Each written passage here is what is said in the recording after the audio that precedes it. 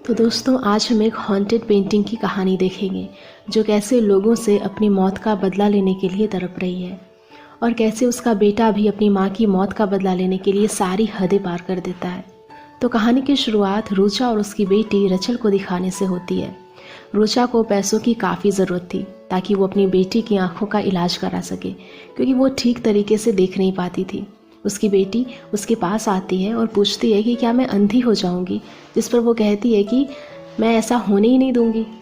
फिर तभी रुचा अपने मरे हुए पति की फ़ोटो देखकर रोने लगती है, क्योंकि अगर वो ज़िंदा होता तो उन्हें पैसों की कमी नहीं पड़ती। फिर तभी उसके घर के बाहर एक आदमी आता है जिसका नाम जॉन है, जो रुचा के फादर का फ्रेंड है। हमें यहाँ पर पता चलता है कि रुचा के फादर की भी मौत हो चुकी है और जॉन उसे थाईलैंड ले जाने के लिए आया है, जहाँ पर उसके फादर का घर है। और अब रुचा भी उसके साथ जाने के लिए मान जाती है। अब रात में रुचा जब रचल के साथ सो रही थी तो तभी उसे रचल की जगह पर एक बूढ़ी औरत दिखाई देती है, जिसे देखकर वो काफ़ी ज़्यादा घबरा जाती है। लेकिन तभी उसकी आंख खुलती है, जिससे हमें पता चलता है कि ये तो सिर्फ उसका एक सपना था। अब अगले दिन हम देखते हैं कि रुचा अपनी बेटी के साथ थाईलैंड पहुंच चुकी है, जहां पर उसके फादर का काफ़ी बड़ा घर था और घर के अंदर काफ़ी सारी पेंटिंग्स भी लगी हुई थी, क्योंकि उसके फादर एक पेंटर थे। उन्हें उस घर की मेड दाई मिलती है। वो दोनों बातें कर ही रहे थे कि तभी वहाँ पर जॉन आ जाता है, जो दाई से रचल का ख्याल रखने के लिए बोलता है। जिसके बाद वो रुचा को उसके फादर के पेंटिंग स्टूडियो में लेकर आता है, जहाँ पर उसके फादर के 20 साल पहले बनाए हुए न्यूड पेंटिंग्स थी। 20 साल पहले उसके फादर ने इन पेंटिंग्स को एक फैमिली को बेच दिया था, लेकिन उस फैमिली के एक मेंबर ने अपनी ही पूरी फैमिली को मार डाला और ख़ुद भी फांसी लगा ली। लेकिन मरने से पहले उसने इस पेंटिंग के सामने एक नोट छोड़ा था कि पेंटर इस पेंटिंग को फिर से ले जाए, जिस वजह से इन पेंटिंग्स को हमें फिर से लाना पड़ा। तभी रुचा एक पेंटिंग की ओर देखती है जिसकी आंखें मूवमेंट कर रही थी, जिसे देखकर वो काफ़ी ज़्यादा डर जाती है। पेंटिंग के अंदर कुछ क्रैक्स आ गए थे, जिन्हें वो ठीक कर फिर से बेचने वाले थे और रुचा पेंटिंग के साथ साथ उस घर को भी बेचने वाली थी। अब दूसरी तरफ हम रचल को देखते हैं, जिसे कोई पीछे से रेड कलर का स्कार्फ पहना देता है। दाई जब उस स्कार्फ को देखती है तो वो उससे पूछती है कि ये तुम्हें किसने दिया, जिस पर रचल कहती है कि आपने ही तो अभी अभी पहनाया। जिसे सुनकर दाई वो स्कार्फ अपने पास रख लेती है। और इसी बीच रचल जब सो रही थी तो तभी उसे एक कमरे से किसी चीज़ की आवाज़ आती है। जब वो वहाँ पर जाती है तो देखती है कि उस कमरे के अंदर एक वाइट कलर का कपड़ा बाहर आ रहा था। अब वो जैसे ही उस कपड़े को हाथ लगाने वाली होती है कि तभी रुचा वहाँ आकर उसे आवाज़ लगाती है और फिर तभी हम देखते हैं कि वो कपड़ा फिर से रूम के अंदर चला जाता है। अब काली अंधेरी रात में हम दाई को जंगल में देखते हैं, जो एक घर के पास आती है और उस रेड कलर के कपड़े को बांधते हुए कहती है कि वो उसे कुछ भी ना करे। और फिर तभी उसे विंडो पर किसी का हाथ दिखाई देता है, जिसे देखकर वो वहाँ से भागने लगती है। लेकिन तभी वो लाल कपड़ा उसके पैरों में अटक कर उसे खींचने लगता है। अब अगली सुबह रुचा की जब आंखें खुलती है तो वो देखती है कि रचल बेड पर नहीं थी। ये देखकर वो काफ़ी डर जाती है और दाई के साथ उसे यहाँ वहाँ ढूंढने लगती है। रुचा उसे ढूंढते हुए जब उस पेंटिंग स्टूडियो में जाती है तो उसे वहाँ पर वो परछाई दिखाई देती है, जो उसकी आंखों को कवर करके अपनी ओर खींच लेती है। दूसरी तरफ हमें रचल को दिखाया जाता है, जो कि जंगल के अंदर जा रही थी।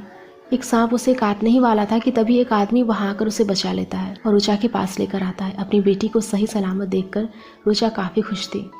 वो आदमी अपना नाम टीम बताता है, जो उन पेंटिंग्स को ठीक करने के लिए आया था। स्टूडियो के अंदर उसे एक लड़की के कुछ फ़ोटोज़ मिलते हैं और फिर तभी उसे कुछ आवाज़ें आने लगती है, जो कि उन पेंटिंग्स की थी, जो अपने आप ही क्रैक हो रही थी। वो ये सारी बातें रुचा को बताता है कि पेंटिंग के अंदर क्रैक्स और भी ज़्यादा बढ़ चुके हैं। फिर जब टीम पेंटिंग का कवर निकालता है तो वहाँ पर उसे एक आँख दिखाई देती है और तभी रुचा नोटिस करती है कि जहाँ पर भी वो जा रही थी तो पेंटिंग की आँखें उसको ही फॉलो कर रही थी, जिससे वो काफ़ी ज़्यादा डर जाती है और टीम से अपना काम जल्दी से फिनिश करने के लिए बोलती है। और इसके बाद रुचा जब वॉशरूम में आती है तो उसे उसके बचपन के कुछ फ्लैशबैक्स दिखाई देते हैं, जिससे कि वो काफ़ी घबरा गई थी।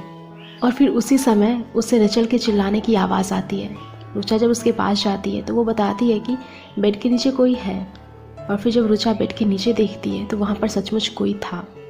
उसे उस परछाई के पैर दिखाई दे रहे थे और फिर तभी वहाँ के लाइट्स भी ब्लास्ट हो जाते हैं। बेड के नीचे से एक घोस्ट लेडी बाहर निकलती है, जो रचल को पकड़कर उसकी दोनों आंखें निकाल लेती है। जिसके बाद रचल अपनी माँ से कहती है कि माँ मुझे कुछ दिखाई नहीं दे रहा। फिर जब रुचा अपनी बेटी को बचाने के लिए जाती है तभी पीछे से एक लाल कपड़ा उसे खींचने लगता है, लेकिन वो खुद को जैसे तैसे आज़ाद कराकर रचल के पास आती है जो कि बेहोश पड़ी हुई थी। वो जल्दी से अपनी बेटी को लेकर उस कमरे से बाहर निकलती है जहाँ पर वो टीम को ये सारी बातें बताती है। वो उन दोनों को संभालता है और एक लॉकेट रचल के पैर में बांध देता है, ये कहते हुए कि डीमंस तुमसे दूर रहेंगे। लेकिन अब रचल अपनी बेटी को लेकर वहाँ से जाना चाहती थी तो टीम उन दोनों को कार में बिठाकर वहाँ से ले जाने लगता है, लेकिन तभी एक स्पिरिट उनकी कार के ऊपर हमला कर देती है और रचल को अपने साथ लेकर चली जाती है। दोनों कार से उतरकर रचल को ढूंढने लगते हैं। रुचा जब अकेली थी तो तभी वो रेड स्कार्फ उसे एक बार फिर से खींचने लगता है और उस कैबिन के अंदर लेकर आता है जहाँ पर उसे एक पेंटिंग रखी हुई दिखाई देती है। वो जैसे उस पेंटिंग को देख पाती कि तभी उसे रचल के चिल्लाने की आवाज़ आती है। आगे आकर वो देखती है कि रचल को दाई ने पकड़ कर रखा था जो उसे जान से मारने वाली थी। फिर तभी हमें एक और फ्लैशबैक दिखाया जाता है कि जब दाई को उस रेड स्कार्फ ने खींचा था तो तभी एक स्पिरिट उसके पास आकर कहती है कि उसे रुचा और रचल को जान से मारना होगा। अब इधर दाई जैसे ही रचल को उस खाई के अंदर फेंकने वाली थी कि तभी टीम पीछे से आकर उसे जोर से मारता है और खाई में गिरकर उसकी वहीं पर मौत हो जाती है। लेकिन वो रचल की जान बचाने में कामयाब हो गया था। अब वो तीनों जल्दी से उस स्टूडियो के अंदर जाते हैं जहाँ पर रुचा उस पेंटिंग को देखकर काफ़ी हैरान होती है क्योंकि उस पेंटिंग के अंदर उन्हें उस पर्सन का चेहरा दिखाई दे रहा था जिसने अपनी फैमिली को मारकर खुद ही फांसी लगा ली। ये देखकर रुचा काफ़ी डर जाती है और उस पेंटिंग को डिस्ट्रॉय करने के लिए बोलती है क्योंकि उसे पता था कि ये सब इस पेंटिंग की वजह से ही हो रहा है। और फिर तभी वहाँ की लाइट्स ऑन ऑफ होने लगती है और हम देखते हैं कि रचल अब पॉजेस हो चुकी है जो रुचा से कहती है कि मैं तुम्हारी बेटी नहीं हूँ और मेरी ये हालत तुम्हारी वजह से हुई है। और इतना कहते हुए वो रुचा के ऊपर हमला कर देती है। टीम उसे शांत करने की कोशिश करता है लेकिन वो उसे भी फेंक देती है, पर रुचा खुद को बचाने के लिए रचल को एक थप्पड़ लगाकर नीचे गिरा देती है। जब वो दोनों पेंटिंग की ओर देखते हैं तो काफ़ी शॉक हो जाते हैं क्योंकि वो पेंटिंग पूरी तरीके से बदल चुकी थी। एक औरत के साथ 3 आदमी थे तो दूसरी औरत खुद को बचाने की कोशिश कर रही थी और फिर तभी जॉन भी वहाँ पर आ जाता है जो पेंटिंग को ख़राब देखकर काफ़ी गुस्सा होता है। लेकिन तभी टीम पीछे से इन दोनों को मारकर बेहोश कर देता है, जिसके बाद फ्लैशबैक में हम रुचा के फादर को देखते हैं जो एक औरत के साथ थे जो उसकी मिस्ट्रेस थी जिसने रेड कलर की ड्रेस पहनी हुई थी। अब रुचा की जब आँख खुलती है तो उसके गले में एक फांसी का फंदा था तो जॉन को रस्सी से बांध रखा था। ये देखकर रुचा उससे पूछती है कि तुम कौन हो और ऐसे क्यों कर रहे हो। तो टीम अपनी माँ की फ़ोटो दिखाते हुए जॉन को सारी सच्चाई बताने के लिए कहता है कि एक दिन रुचा के फादर ने अपने दोस्तों के साथ मिलकर उस मिस्ट्रेस के साथ ज़बरदस्ती की थी और फिर उस मिस्ट्रेस को जान से मारने के बाद रुचा के फादर ने उसकी एक पेंटिंग भी बनाई थी जो कि असल में यही वो पेंटिंग है। रुचा के फादर के उन्हीं दोस्तों में से एक ने वो पेंटिंग खरीद ली थी और घर आने के बाद उसने अपने साथ साथ अपनी पूरी फैमिली को भी मार डाला और टिम भी वहीं पर ही मौजूद था। इधर प्रेजेंट में टिम रुचा से पूछता है कि क्या तुम्हें कुछ भी याद नहीं है। फिर हमें फ्लैशबैक में दिखाया जाता है कि रुचा के फादर ने उस मिस्ट्रेस को फांसी से लटकाकर वो पेंटिंग बनाई थी। वो मिस्ट्रेस का बेटा वहीं पर ही था जो रुचा के फादर को चिल्ला चिल्लाकर ये सब करने से रोक रहा था। उसी समय रुचा भी वहीं पर ही मौजूद थी जो ये सब अपनी आंखों से देख रही थी, लेकिन उसने ये सब देखते हुए भी अनदेखा कर दिया और अपने फादर को रोकने की कोशिश भी नहीं की। और प्रेजेंट में हमें पता चलता है कि असल में वो मिस्ट्रेस टीम की ही माँ थी। और फिर जॉन को जान से मारने के बाद वो रचल को बाहर निकालता है और कहता है कि तुम्हें भी फील होना चाहिए कि अपनों का जाने का गम क्या होता है। वो रचल को फांसी लगाने के लिए एक रस्सी को बाहर निकालता है, जिसे देखकर रुचा उसे काफ़ी रिक्वेस्ट करती है कि वो ऐसा ना करे। वो उसे माफ़ी भी मांगती है, लेकिन अब वो सुनने वाला नहीं था। जब वो बैग से कुछ निकालने के लिए जाता है तभी एक सांप उसे आकर काट लेता है और इधर मौका देखकर रुचा भी खुद को जैसे तैसे आज़ाद कर लेती है और एक चाकू से उसे स्टैप करती है और एक शराब की बोतल भी उसके सर में दे मारती है, जिससे वो काफ़ी बुरी तरीके से ज़ख्मी हो जाता है। और फिर वहाँ पर आग जलने की वजह से उस पेंटिंग के साथ साथ टीम भी वहीं पर ही जलकर मारा जाता है और रुचा अपनी बेटी के साथ वहाँ से निकल जाती है।